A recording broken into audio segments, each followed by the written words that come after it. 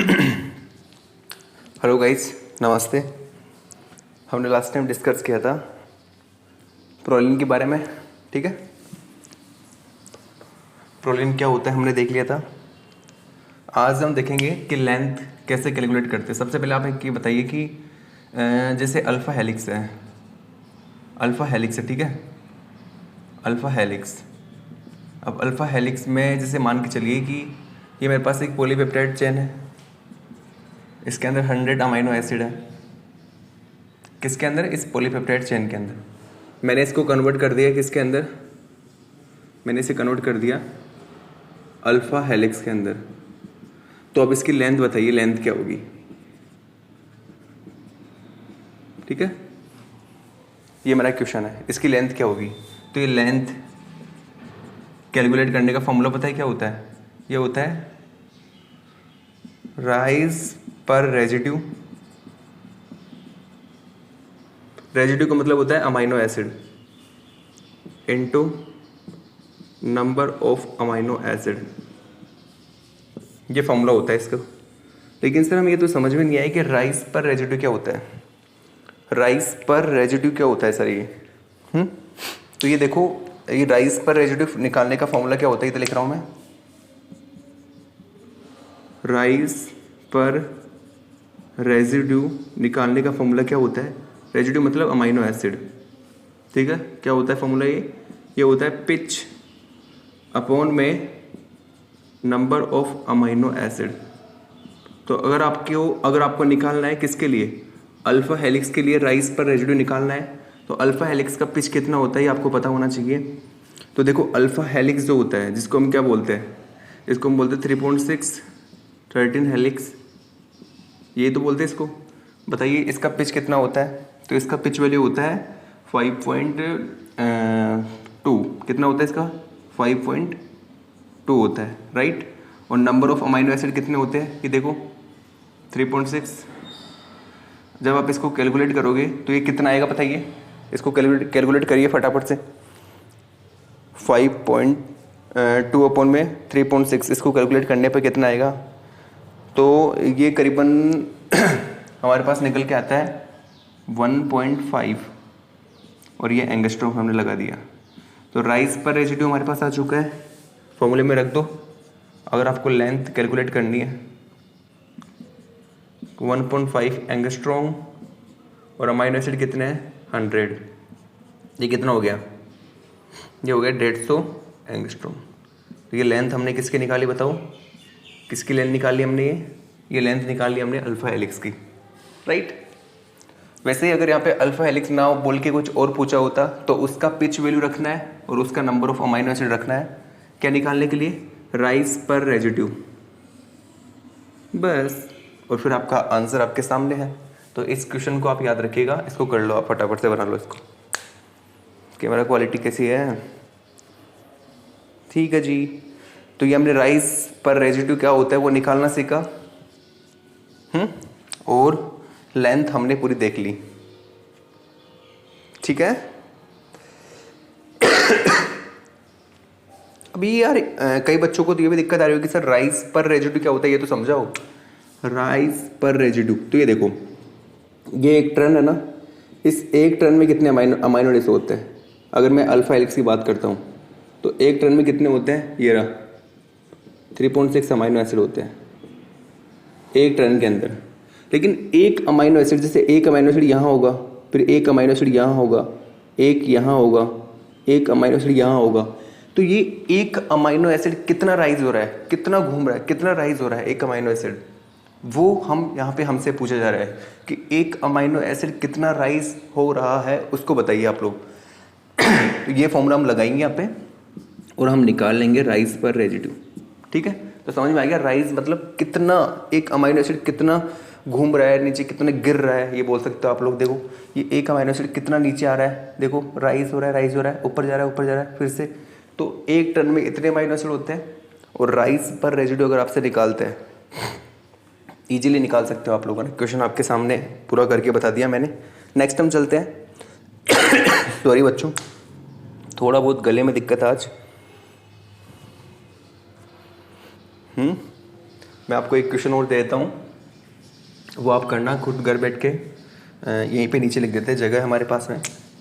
लिख लो क्वेश्चन। ये मेरे पास एक पॉलीपेप्टाइड चेन है, इसके अंदर 2 अमाइनो एसिड, सॉरी इसके अंदर 12 अमाइनो एसिड है, ठीक है। तो जब मैं इस पॉलीपेप्टाइड चेन को अल्फ़ा हेलिक्स में कन्वर्ट करता हूँ, अल्फ़ा हेलिक्स में जब मैं इसको कन्वर्ट करता हूँ, तो मुझे बताइए कि अब इसकी लेंथ क्या हो जाएगी, अब इसकी लेंथ क्या हो जाएगी, ये लेंथ क्या हो जाएगी, ये कैलकुलेट करिए। आप कर लोगे, आप इजीली कैलकुलेट, कोई दिक्कत नहीं आएगी। लिख लेना इस क्वेश्चन को। आगे चलता हूँ मैं।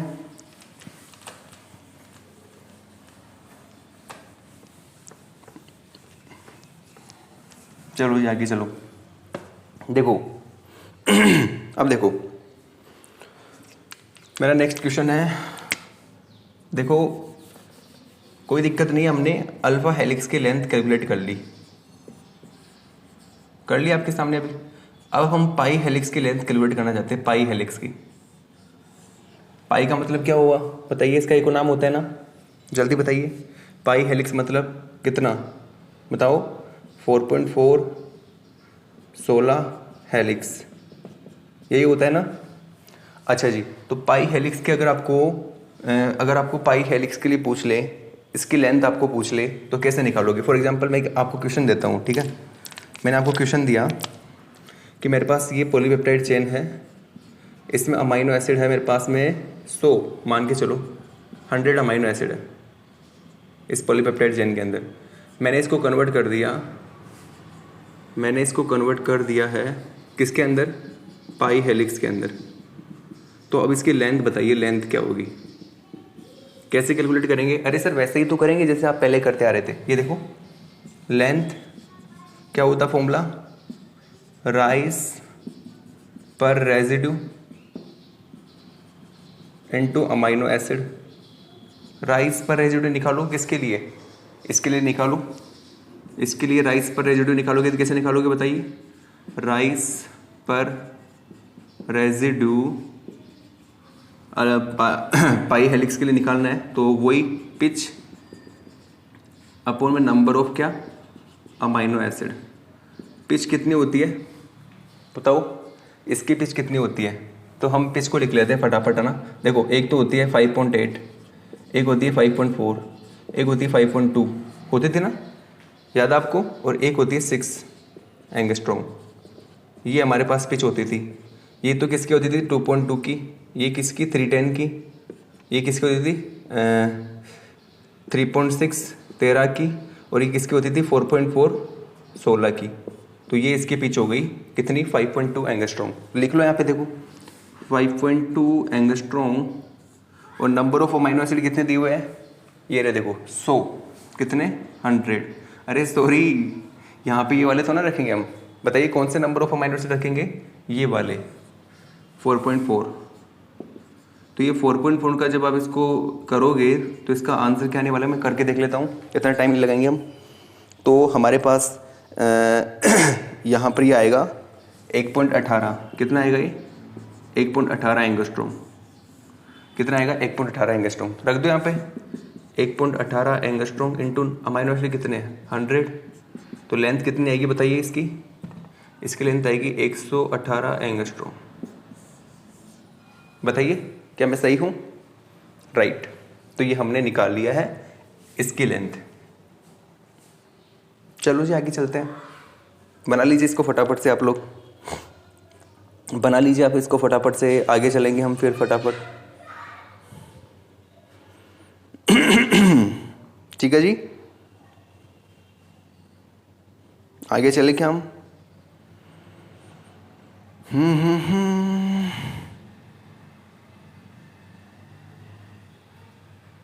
आगे चले, आगे चल तो। अच्छा इसके लिए कितनी आई थी बताइए, इसके लिए लेंथ कितनी आई थी, इसकी लेंथ आई थी 150 एंगस्ट्रॉम, और इसकी लेंथ कितनी आई है 118 एंगस्ट्रॉम। तो आपसे पूछ ले किसकी लेंथ ज़्यादा होती है, अल्फ़ा हेलिक्स की लेंथ ज़्यादा होती है या पाई हेलिक्स की।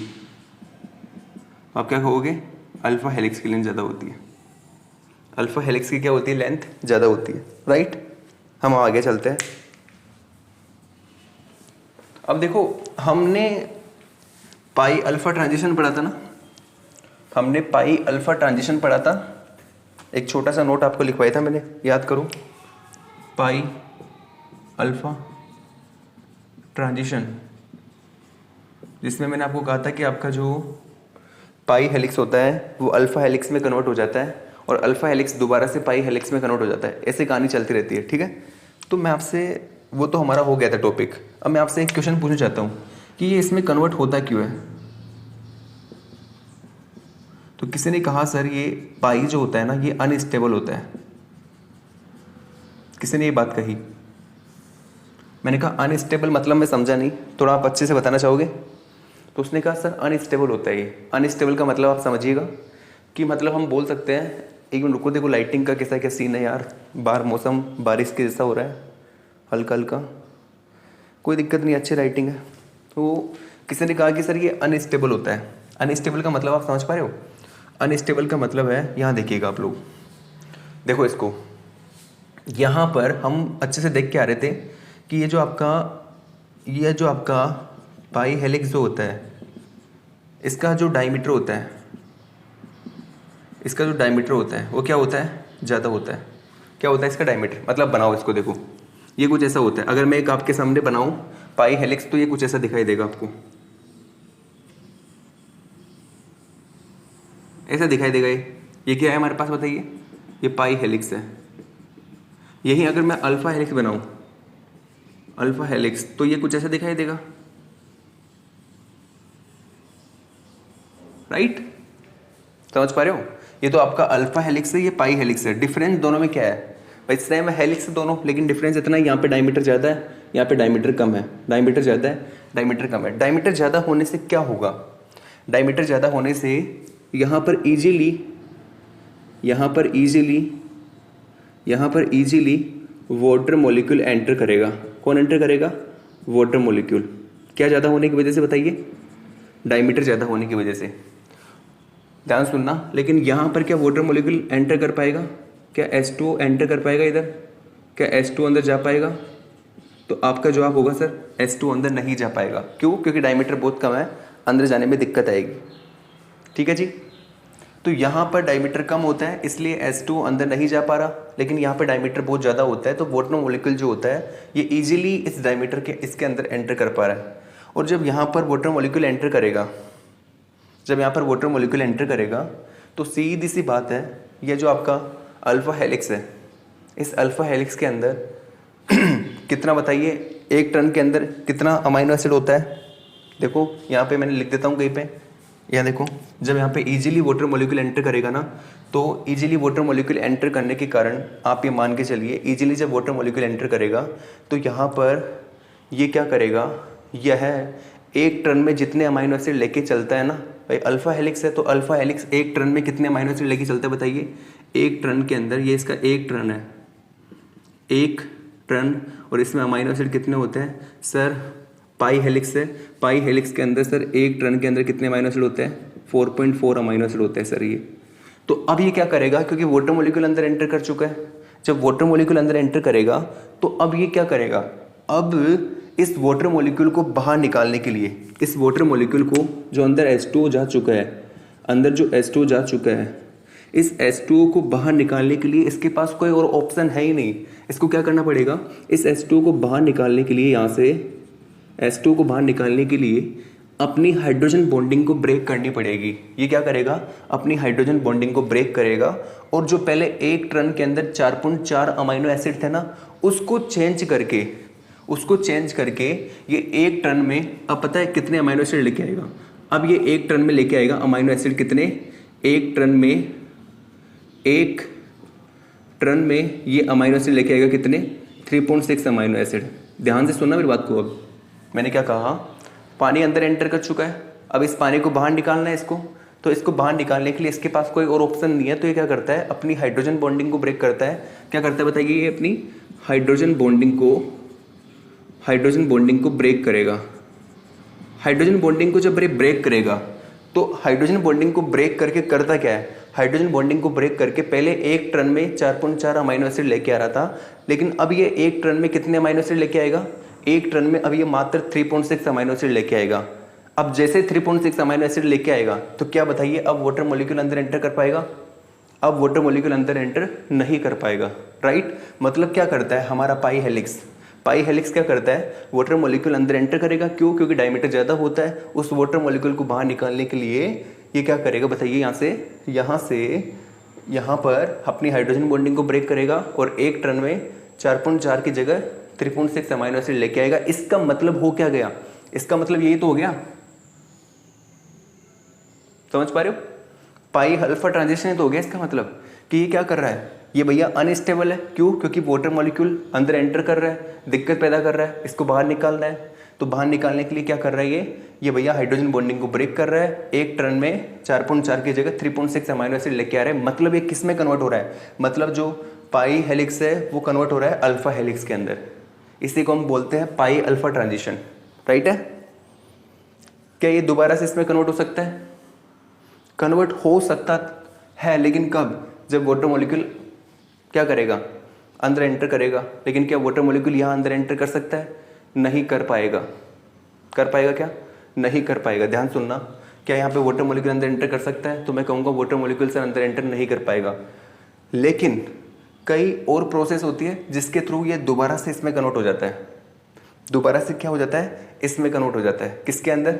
इसके अंदर। फॉर एग्जाम्पल, अगर हमने एक टर्न में 3.6 से ज़्यादा अमाइनो एसिड ले लिए तो क्या अब हम उसको अल्फा हेलिक्स कहेंगे? नहीं कह सकते ना, सीधी सी बात है। अब उसे हमें कुछ और नाम देना पड़ेगा।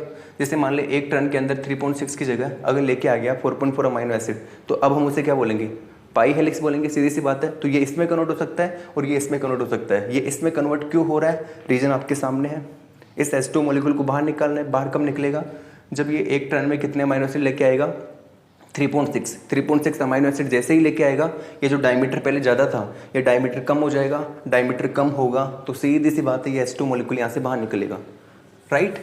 तो पाई अल्फा ट्रांजिशन हमने क्या देखा, ये इसमें कन्वर्ट हो रहा है। मैंने कहा क्यों कन्वर्ट हो रहे हो भैया आप? भैया इसने कहा कि ये जो मैं हूँ ना, मैं अनस्टेबल होता हूँ। अनस्टेबल क्यों होते हो आप? सर पानी जैसे अंदर आएगा, मेरा डायमीटर ज़्यादा होता है तो पानी अंदर आएगा, इजीली अंदर आएगा तो उसको बाहर निकालना है। बाहर निकालना है तो हाइड्रोजन बॉन्डिंग को ब्रेक करूँगा। ये सारी कहानी करता हूँ सर मैं। तो इसको फटाफट से बना लीजिए आप लोग, है ना। मैं कुछ लिखवा दूंगा इसमें आपको जो मुझे इंपॉर्टेंट लगेगा। बहुत गर्मी है भैया, ठीक है।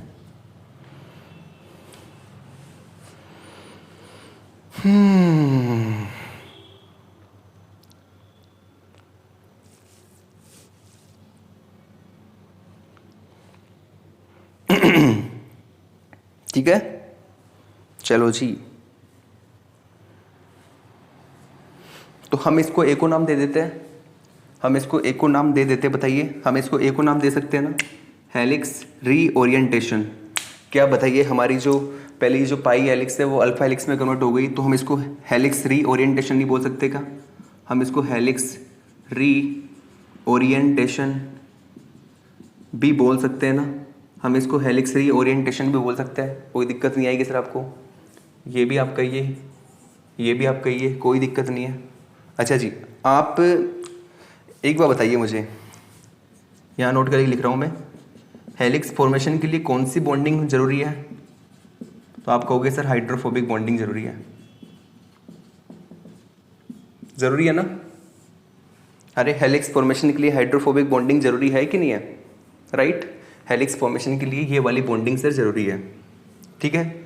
अब एक और चीज़ आप समझिए इस चीज़ के अंदर, देखो ये हमारा जो पाई हेलिक्स है, इस पाई हेलिक्स के अंदर की तरफ क्या जा चुका है? Water molecule. अंदर की तरफ वाटर मॉलिक्यूल जा चुका है, वाटर मॉलिक्यूल जा चुका है।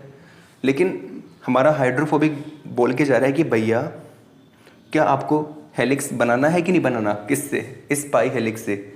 भैया आप ध्यान से सुनिए मेरी बात को, पाई हेलिक्स सुना आप, ठीक है। आपका डायमीटर ज़्यादा है, ठीक है। पानी आपके अंदर जाएगा, बार बार जाएगा, ठीक है। पानी जब अंदर की तरफ जाएगा तो भैया हाइड्रोफोबिक बॉन्डिंग बोल के जा रहा है, मैं वाटर की प्रेजेंस में होता हूँ, ठीक है, मैं पानी की प्रेजेंस में होता हूँ, कोई दिक्कत नहीं है, पानी की प्रेजेंस में ही मैं होता हूँ, लेकिन मेरा पानी से कोई लेना देना नहीं है। हाइड्रोफोबिक बोल के जा रहा है कि मैं पानी की प्रेजेंस में होता हूँ लेकिन मेरा पानी से कोई लेना देना नहीं है। ये क्या बात बोल रहे हो सर आप? पानी की प्रेजेंस में होता हूँ लेकिन पानी से कोई लेना देना नहीं है, कुछ समझ में नहीं आ रहा? ध्यान से सुनो, ये हाइड्रोफोबिक बॉन्डिंग है ना, हाइड्रोफोबिक का मतलब नॉन पोलर, बोले तो नो चार्ज, राइट। और पानी बोले तो H2, ये कैसा होता है? पोलर। अरे सही बोल रहा हूँ ना मैं? तो एक पोलर का एक नॉन पोलर के साथ तो कोई रिश्ता होता ही नहीं है ना, इसका तो इसके साथ कोई कनेक्शन होता ही नहीं है। अगर मैं बोल रहा हूँ इस हाइड्रोफोबिक मॉलिक्यूल को कि भैया आपके पास में वाटर रखा हुआ है, आप उससे इंटरेक्ट कर लो, आपके पास में वाटर रखा हुआ है, आप उससे इंटरेक्ट कर लो, ये बोलेगा मेरे पास कहाँ है वाटर, मैं तो किसी वाटर को जानता ही नहीं हूँ, मैं तो किसी वाटर को जानता ही नहीं हूँ। कौन बोल के जा रहा है? ये हमारा नॉन पोलर। वैसे ही ये हमारा H2 भी बोल के जा रहा है। मैंने कहा H2 आपके पास में हाइड्रोफोबिक मॉलिक्यूल रखा हुआ है, आप उससे इंटरेक्ट कर लो ना यार, आप उससे बाइंड कर लो ना। उसने कहा कौन हाइड्रोफोबिक मॉलिक्यूल? मैं किसी हाइड्रोफोबिक मॉलिक्यूल को नहीं जानता। मेरे पास अगर आप पोलर लेके आओगे तो मैं पोलर के साथ इंटरेक्ट कर जाऊंगा, मैं पोलर के साथ बाइंड कर जाऊंगा, लेकिन मैं किसी हाइड्रोफोबिक नॉन पोलर के साथ बाइंड नहीं करूंगा। मेरी मम्मी ने मुझे यही बता के गया था। जब मेरी मम्मी मुझे जन्म दिया तो उसने मुझे यही बताया कि भैया ध्यान से सुनो, आप पोलर हो, आपको किसी नॉन पोलर के साथ में कोई इंटरेक्शन नहीं करना। वैसे ही नॉन पोलर की मम्मी ने भी उसको वही समझाया कि आप नॉन पोलर हो, आपको पोलर के साथ में इंटरेक्शन नहीं करना है। अगर आप जानते नहीं हो, आपको तो बोले ना कि भैया आपके पास में पोलर रखा हुआ है, तो आप उसको बोलना मैं नॉन पोलर हूँ, मैं किसी पोलर को नहीं जानता। ठीक है जी, याद रहेगा। लेकिन आप एक बार बोल के जा रहे हो कि हाइड्रोफोबिक बॉन्डिंग के लिए वाटर मस्ट होता है, वाटर बहुत ज़रूरी होता है, तो ये मैं समझ नहीं पा रहा आप ये बात क्यों बोल रहे हो। तो इसको समझने के लिए आपको पूरी हाइड्रोफोबिक बॉन्डिंग, आपको पूरी की पूरी नॉन कोवलेंट बॉन्डिंग पढ़नी पड़ेगी, राइट है। अब थोड़ा बहुत मैं आपको बताना चाहूँगा कि हाइड्रोफोबिक बॉन्डिंग वाटर की प्रेजेंस में क्यों होता है। तो यहाँ पे देखिए इस चीज़ को आप लोग थोड़ा सा, इस चीज़ को मैं आपको बताना चाहूँगा ताकि आप समझ पाओ चीज़ों को। जैसे ये एक मेरे पास लिपिड का मॉलिक्यूल है, ठीक है, और ये मेरे पास लिपिड का मॉलिक्यूल है, ठीक है। ये कहाँ पे रखा हुआ है? ये रखा हुआ है कहाँ पे? वाटर के अंदर। ये आपका क्या है इसके? ये अंदर की तरफ क्या रखा हुआ है बताइए? ये पानी है, ये वाटर है, H2O, ठीक है, पानी में रखा हुआ है। हमने क्या किया, हम कुछ टाइम बाद में देखते हैं, हम कुछ टाइम बाद क्या देखते हैं, हमने कुछ ऐसा पाया, इस कंडीशन को हमने कुछ टाइम बाद देखा तो हमने कुछ ऐसा पाया। इस कंडीशन को जब हमने थोड़े टाइम बाद देखा तो हमने कुछ ऐसा पाया। मैंने कहा यार ये क्या हुआ, मैंने कहा यार ये कैसे हुआ, ये तो नॉन पोलर था, ये नॉन पोलर था, और यहाँ बीच में पोलर मॉलिक्यूल है, और ये नॉन पोलर ये आपस में बाइंड कैसे कर गए, ये पास पास कैसे आ गए। ठीक है जी भाई, ये पास पास आए कैसे, समझ पा रहे हो मेरी बात को आप लोग? ये देखो लिपिड है, लिपिड बोले तो hydrophobic, non polar, no charge. ये आपका पोलर है, H2O पोलर है, H2O पोलर है। मैंने इस लिपिड से मैंने कहा कि भैया लिपिड आपके पास में H2O है, आप उससे बाइंड कर जाओ। उसने कहा मैं नहीं बाइंड करूँगा, मैं जानता नहीं हूँ कौन H2O है। वैसे ही मैंने H2O से भी कहा कि यार आप ना, आपके पास में लिपिड पड़ा हुआ है, आप उससे बाइंड कर लो ना यार। उसने कहा मैं जानता ही नहीं हूँ कौन है लिपिड। ठीक है भैया। तो फिर मैंने इस H2O से कहा कि यार ये दोनों पास पास कैसे आए, ये दोनों पास पास कैसे आ गए, ये दोनों पास पास आए कैसे। तो H2O ने कहा, भैया ध्यान से सुनो, H2O ने कहा ये हाइड्रोफोबिक मॉलिक्यूल है और ये हाइड्रोफोबिक मॉलिक्यूल है, और यहाँ पर हाइड्रोफोबिक बॉन्डिंग हो गई। अब ये हाइड्रोफोबिक बॉन्डिंग कैसे हुई, यहाँ देखिएगा। देखो मैं H2O हूँ और यहाँ मेरे पास भी H2O का मॉलिक्यूल रखा हुआ है। तो मैं H2O हूँ और मेरे पास H2O का मॉलिक्यूल रखा हुआ है, तो मैं इस H2O दूसरे वाले मॉलिक्यूल के साथ में कौन सी बॉन्डिंग करूँगा बताइए? Hydrogen bonding. समझ पा रहे हो मेरी बात को भाई? एक H2O दूसरे H2O मॉलिक्यूल के साथ में, एक पोलर दूसरे पोलर के साथ में कौन सी बॉन्डिंग कर सकता है? Hydrogen bonding. अरे आपको अच्छे से पढ़ाया होगा कि पोलर मॉलिक्यूल जो होते हैं वो कौन सी बॉन्डिंग करते हैं? हाइड्रोजन बॉन्डिंग प्रेजेंट होती है उनमें। नॉन पोलर मॉलिक्यूल के अंदर कौन सी बॉन्डिंग होती है? हाइड्रोफोबिक बॉन्डिंग होती है। सब कुछ बताया हुआ है ना आपको? ठीक है, आप इतना पढ़िए अभी कि भैया हमारा ये पोलर है, पोलर के अंदर हाइड्रोजन बॉन्डिंग मिलती है और नॉन पोलर के अंदर हाइड्रोफोबिक बॉन्डिंग मिलती है। तो जब मैंने इस H2O से पूछा कि भैया ये दोनों पास पास कैसे आ गए, तो इस H2O ने कहा कि भैया मैं तो पोलर हूँ, मैं पोलर के साथ में हाइड्रोजन बॉन्डिंग करूँगा, मुझे नहीं पता, मैं इसके साथ बॉन्डिंग करता ही नहीं हूँ, मुझे पता नहीं है कैसे पास पास आ गए, मैं पोलर हूँ, मैं पोलर के साथ में बॉन्डिंग करूँगा, राइट। तो मैं जब इसके साथ बॉन्डिंग कर रहा था, जब मैं इसके साथ बॉन्डिंग कर रहा था हाइड्रोजन बॉन्डिंग, तो जब मैं इसके साथ हाइड्रोजन बॉन्डिंग कर रहा था ना, तो मेरी परफेक्ट हाइड्रोजन बॉन्डिंग नहीं बन पा रही थी, क्योंकि कई H2O इधर पड़ा हुआ था, कई H2O इधर पड़ा हुआ था, कई H2O इधर पड़ा हुआ था, कई इधर पड़ा हुआ था। तो मैं परफेक्ट हाइड्रोजन बॉन्डिंग के लिए मैंने क्या किया, परफेक्ट हाइड्रोजन बॉन्डिंग के लिए मैंने ओरिएंटेशन कर लिया। ओरिएंटेशन करने का मतलब है जो पहले H2O इधर उधर पड़े हुए थे ना रेंडमली, कोई यहाँ पे पड़ा हुआ है, कोई यहाँ पे, कोई यहाँ पे, कोई यहाँ पे, कोई यहाँ पे, तो हम ओरिएंट हो गए, मतलब हम एक ओरिएंटेशन, मतलब perfect hydrogen bonding. Perfect hydrogen bonding के लिए आप जानते हो परफेक्ट हाइड्रोजन बॉन्डिंग के लिए एंगल कितना होना चाहिए, एंगल होता है 180 डिग्री, कल आपको पढ़ाया था। और आपका जो एंगल के अलावा आपका जो क्या बोलते हो उसको, डिस्टेंस कितनी होनी चाहिए, डिस्टेंस होनी चाहिए 2.81 एंगस्ट्रॉम। परफेक्ट हाइड्रोजन बॉन्डिंग के लिए ये तो एंगल और ये डिस्टेंस होनी चाहिए। तो ये H2O मॉलिक्यूल यही बोल के जा रहे हैं कि भैया ध्यान से सुनो, परफेक्ट हाइड्रोजन बॉन्डिंग के लिए जो पहले रैंडमली ओरिएंटेड थे H2O के मॉलिक्यूल, वो अब क्या होने वाला, वो क्या होने जा रहे हैं, वो परफेक्ट ओरिएंटेशन शो करने जा रहे हैं। परफेक्ट ओरिएंटेशन का मतलब है एंगल तो 180 डिग्री और डिस्टेंस कितना 2.81 एंगस्ट्रॉम। और जब ये परफेक्ट ओरिएंटेशन शो करते हैं ना, तो यहाँ बीच के अंदर क्या बन जाता है, यहाँ बीच में वैक्यूम क्रिएट हो जाता है। क्या क्रिएट हो जाता है, वैक्यूम। और इस वैक्यूम के कारण क्या होता है, ये वाला लिपिड मॉलिक्यूल और ये वाला लिपिड मॉलिक्यूल पास पास आते हैं। और जब ये दोनों लिपिड मॉलिक्यूल पास पास आते हैं तो कुछ ऐसी कंडीशन बन जाती है। तो अब आप समझ पा रहे हो कि हाइड्रोफोबिक बॉन्डिंग के लिए क्या चाहिए होता है, वाटर। अगर पानी नहीं होगा तो क्या कभी हाइड्रोफोबिक बॉन्डिंग हो पाएगी? आप सोचिए, देखो अगर ये मेरे पास है एक ट्यूब, यहाँ पर मेरे पास लिपिड का मॉलिक्यूल है, यहाँ पर मेरे पास लिपिड का मॉलिक्यूल है, और मैंने इसमें भर दी एयर, एयर, ये देखो एयर है। तो क्या कभी जिंदगी में ये वाला लिपिड का मॉलिक्यूल और ये वाला लिपिड का मॉलिक्यूल पास पास आ पाएगा? अरे एयर में कौन सी हाइड्रोजन बॉन्डिंग है? कोई हाइड्रोजन बॉन्डिंग होती है क्या एयर में? पानी में तो हाइड्रोजन बॉन्डिंग होती है ना, लेकिन एयर में कोई हाइड्रोजन बॉन्डिंग होगी? नहीं होगी। यहाँ पे कोई हाइड्रोजन बॉन्डिंग ही नहीं है सर, यहाँ पर कोई हाइड्रोजन बॉन्डिंग नहीं है। जब यहाँ पर कोई हाइड्रोजन बॉन्डिंग होगी नहीं तो सर वैक्यूम क्रिएट होगा नहीं, तो ये वाला लिपिड का मॉलिक्यूल यहीं पर रहेगा और ये वाला लिपिड का मॉलिक्यूल यहीं पर रहेगा, कभी ये पास पास नहीं आएंगे, राइट। लेकिन पानी में देखते हैं तो ये दोनों पास पास आ रहे हैं। क्यों? क्योंकि यहाँ पे हाइड्रोजन बॉन्डिंग मिल रही है। पानी कैसा होता है, वाटर कैसा होता है, पोलर के अंदर कौन सी बॉन्डिंग मिलती है, हाइड्रोजन बॉन्डिंग। इसलिए पास पास आए और हमारे पास कौन सी बॉन्डिंग हो गई, हाइड्रोजन बॉन्डिंग हो गई, बस। तो आपको मैं इतना कहना चाहता हूँ, यही मेरा सारा पर्पज बताने का क्या था कि हेलिक्स फॉर्मेशन के लिए कौन सी बॉन्डिंग चाहिए, हाइड्रोफोबिक बॉन्डिंग, नॉन पोलर या नो चार्ज। हाइड्रोफोबिक का मतलब नॉन पोलर या नो चार्ज, राइट। और हमारा जो पोलर H2 कैसा होता है, पोलर होता है। H2 कैसा होता है, पोलर। तो यहाँ पर जो अल्फा हेलिक्स है, इस अल्फा हेलिक्स के अंदर ध्यान से देखना आप लोग, इस अल्फा हेलिक्स के अंदर डायमीटर बहुत ज़्यादा होने के कारण वाटर मॉलिक्यूल अंदर की तरफ आ रहा है, लेकिन इस वाटर मॉलिक्यूल को हमें क्या करना पड़ेगा, परफेक्टली ओरिएंटेशन देना पड़ेगा। अगर मान लो हम इसको परफेक्टली ओरिएंट नहीं कर पाएंगे तो क्या यहाँ पे हाइड्रोफोबिक बॉन्डिंग हो पाएगी? क्या हाइड्रोफोबिक बॉन्डिंग नहीं हो पाएगी। तो हम इसे परफेक्टली ओरिएंट करने के लिए, परफेक्टली इसको व्यवस्थित करने के लिए यहाँ पर पहले हम हाइड्रोजन बॉन्डिंग को क्या करेंगे, पहले हम इस वाटर मॉलिक्यूल की हाइड्रोजन बॉन्डिंग को ब्रेक करेंगे। क्या करेंगे, हाइड्रोजन बॉन्डिंग को यहाँ पे ब्रेक करेंगे, जिससे क्या होगा, ये हाइड्रोजन बॉन्डिंग जब यहाँ पे ब्रेक होगी, अल्फा हेलिक्स के अंदर भी हाइड्रोजन बॉन्डिंग है, वो भी सारी की सारी ब्रेक होगी।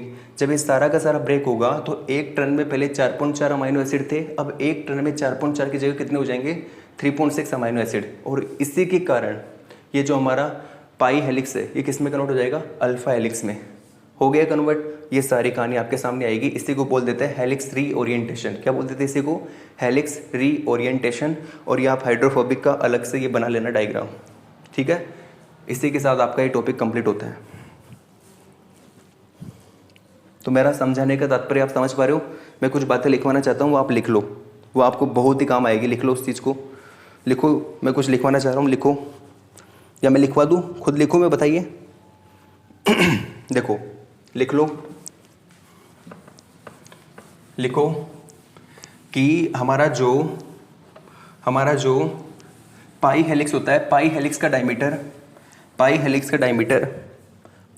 डायमीटर बहुत ज़्यादा होता है, पाई हेलिक्स का डायमीटर बहुत ज़्यादा होता है, जिससे वाटर मॉलिक्यूल, पहला पॉइंट लिखो, पाई हेलिक्स का डायमीटर बहुत ज़्यादा होता है, जिससे वाटर मॉलिक्यूल इजीली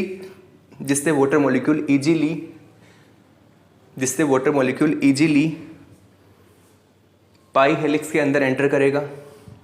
पाई हेलिक्स का डायमीटर बहुत ज़्यादा होता है, जिससे वाटर मॉलिक्यूल इजीली पाई हेलिक्स के अंदर एंटर करेगा। और हम जानते हैं कि हेलिक्स फॉर्मेशन के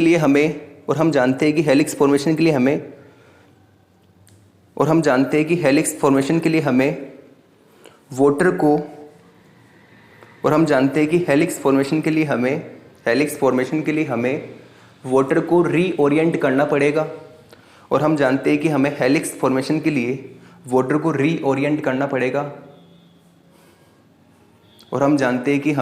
फॉर्मेशन के लिए वाटर को रीओरिएंट करना पड़ेगा।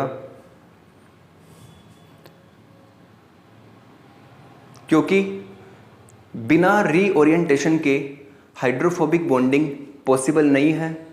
देखो ऐसे कैसे लिख लो, क्योंकि बिना रीओरिएंटेशन के हाइड्रोफोबिक बॉन्डिंग पॉसिबल नहीं है, क्योंकि बिना रीओरिएंटेशन के हाइड्रोफोबिक बॉन्डिंग पॉसिबल नहीं है, राइट। क्योंकि बिना रीओरिएंटेशन के हाइड्रोफोबिक बॉन्डिंग पॉसिबल नहीं है, ठीक है। नेक्स्ट आप लिखो, अगले पॉइंट से लिखना, एक अगला पॉइंट बना के लिखो। ऐसे लिखना बच्चों कि हाँ, पाई हेलिक्स में वाटर मॉलिक्यूल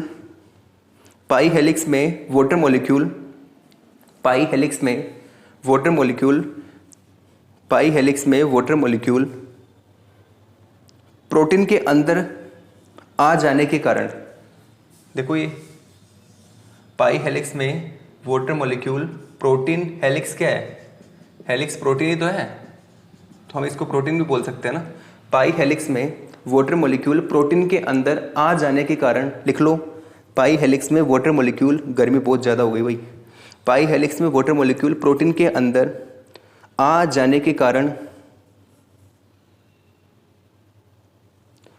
वाटर मॉलिक्यूल, देखो पाई हेलिक्स में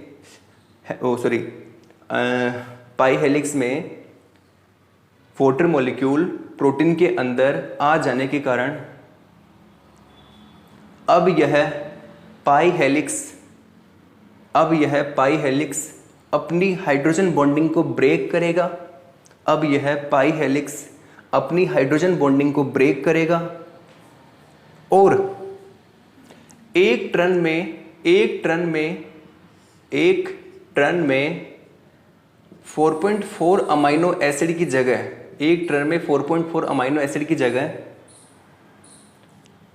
3.6 अमाइनो एसिड लेके आएगा। कितने? 3.6 अमाइनो एसिड लेके आएगा। एक टर्न में 4.4 अमाइनो एसिड की जगह 3.6 अमाइनो एसिड लेकर आएगा, अपनी हाइड्रोजन बॉन्डिंग को ब्रेक करेगा। और एक टर्न में 4.4 अमाइनो एसिड की जगह 3.6 अमाइनो एसिड लेके आएगा, जिससे क्या होगा, यहाँ पर जो वाटर मॉलिक्यूल एंटर किया था ना, अब ये एक टर्न में 3.6 अमाइनो एसिड लेके आ रहा है, तो ये वाटर मॉलिक्यूल क्या हो जाएगा, यहाँ पे बाहर हो जाएगा बाहर, जिससे प्रोटीन के अंदर से वाटर मॉलिक्यूल बाहर की तरफ आ जाएगा। और पाई हेलिक्स अल्फा हेलिक्स में कन्वर्ट हो जाएगा। इसी प्रोसेस को हेलिक्स रीओरिएंटेशन या इसी प्रोसेस को लिखो हेलिक्स रीओरिएंटेशन या पाई अल्फा ट्रांजिशन कहते हैं। इसी प्रोसेस को हेलिक्स रीओरिएंटेशन या पाई अल्फा ट्रांजिशन कहते हैं। ये बहुत ही प्यारा कॉन्सेप्ट था, आपको पता होना चाहिए, ठीक है, ओके। इसी के साथ ये टॉपिक हमारा खत्म होता है। अच्छा, मैं यहाँ पे एक स्ट्रक्चर बनाने जा रहा हूँ, आप मुझे बताना क्या उसमें वाटर मॉलिक्यूल अंदर एंटर कर पाएगा क्या, बताना आप मुझे। मैं स्ट्रक्चर बना रहा हूँ, आप मुझे देख के बताना क्या उसमें वाटर मॉलिक्यूल अंदर एंटर कर पाएगा? मुझे देख के बताना बच्चों। ये N और ये C टर्मिनल, बताइए क्या यहाँ पर वाटर मॉलिक्यूल अंदर एंटर कर पाएगा? क्या इधर वाटर मॉलिक्यूल जा पाएगा? मैं कहूँगा नहीं जा पाएगा। क्या इधर वाटर मॉलिक्यूल जा पाएगा? नहीं जा पाएगा। क्या इधर वाटर मॉलिक्यूल जा पाएगा? नहीं जा पाएगा। इधर वाटर मॉलिक्यूल जा पाएगा? नहीं जा पाएगा। क्यों नहीं जा पाएगा? क्योंकि एक ऐसी स्ट्रक्चर, बताइए ये प्रोटीन की कैसी स्ट्रक्चर है, आपको आगे जाके पढ़ेंगे। ये जो स्ट्रक्चर है ना, ये है tertiary structure of protein. Tertiary structure of protein है। आपको आगे पक्का पढ़ाऊंगा इसको मैं। कौन सी स्ट्रक्चर है प्रोटीन की? Tertiary structure. जिसमें देखो ये तो आपका क्या है, ये बताइए ये क्या है आपका? इसको हम क्या बोलते हैं? इधर कहाँ गया रेड पेन? ये रहा। इसको बताइए क्या बोलते हैं हम? ये तो है हमारा अल्फा हेलिक्स। और बताइए ये क्या चीज़ है? ये है बीटा सीट। क्या चीज़ है? Beta sheet. फिर से alpha helix beta sheet, alpha helix beta sheet. तो मुझे एक बात का जवाब दीजिए, जो टर्सरी स्ट्रक्चर होती है प्रोटीन की, क्या वहाँ पर वाटर मॉलिक्यूल अंदर एंटर करेगा? तो आपका जवाब क्या होना चाहिए? नहीं एंटर करेगा। क्यों? क्योंकि टर्सरी स्ट्रक्चर प्रोटीन कैसी प्रोटीन होती है? प्रॉपर्ली फोल्डेड प्रोटीन होती है। कैसी प्रोटीन होती है? Properly folded protein. और प्रॉपर्ली फोल्डेड प्रोटीन के अंदर क्या वाटर मॉलिक्यूल अंदर एंटर कर सकता है? तो याद रखिएगा, कैसे कर पाएगा? नहीं कर पाएगा सर। फोल्डेड प्रोटीन है, अरे फोल्डेड प्रोटीन है, फोल्डेड, वाटर मॉलिक्यूल अंदर एंटर नहीं कर पाएगा, राइट। तो इस चीज़ को भी आप बना लीजिए। ये क्या बनाई हमने? टर्सरी स्ट्रक्चर ऑफ प्रोटीन या प्रॉपर्ली फोल्डेड प्रोटीन। क्या यहाँ पे वाटर मॉलिक्यूल अंदर एंटर कर पा रहा है? नहीं कर पा रहा। लिख भी लेना, टर्सरी स्ट्रक्चर ऑफ प्रोटीन या प्रॉपर फोल्डेड प्रोटीन के अंदर वाटर मॉलिक्यूल प्रोटीन के अंदर एंटर नहीं कर पाएगा। वाटर मॉलिक्यूल प्रोटीन के अंदर या अल्फा हेलिक्स के अंदर एंटर नहीं कर पाएगा। जैसा भी आप लिखना चाहो लिख लो। और ये तो आपका क्या हो गया? ये आपका हाइड्रोफोबिक बॉन्डिंग के बारे में हो गया था। एक चीज़ को नोट करके लिख लेना, बड़ा सारा नोट लिखना। इसको क्या लिखना है? हाइड्रोफोबिक बॉन्डिंग के लिए बताइए किसकी रिक्वायरमेंट होती है? वाटर की। बिना पानी के क्या हाइड्रोफोबिक बॉन्डिंग हो सकती है क्या? तो आप क्या कहोगे? नहीं हो सकती। हमने यहाँ पे एयर लिया था, देखो एयर में हाइड्रोजन बॉन्डिंग पॉसिबल है? नहीं पॉसिबल है। तो क्या यहाँ पे हाइड्रोफोबिक बॉन्डिंग हो पाई थी? नहीं हो पाई थी। तो यहाँ पे लिख लो, बिना वाटर के हाइड्रोफोबिक बॉन्डिंग पॉसिबल नहीं है। मतलब हाइड्रोफोबिक बॉन्डिंग के लिए क्या जरूरी है?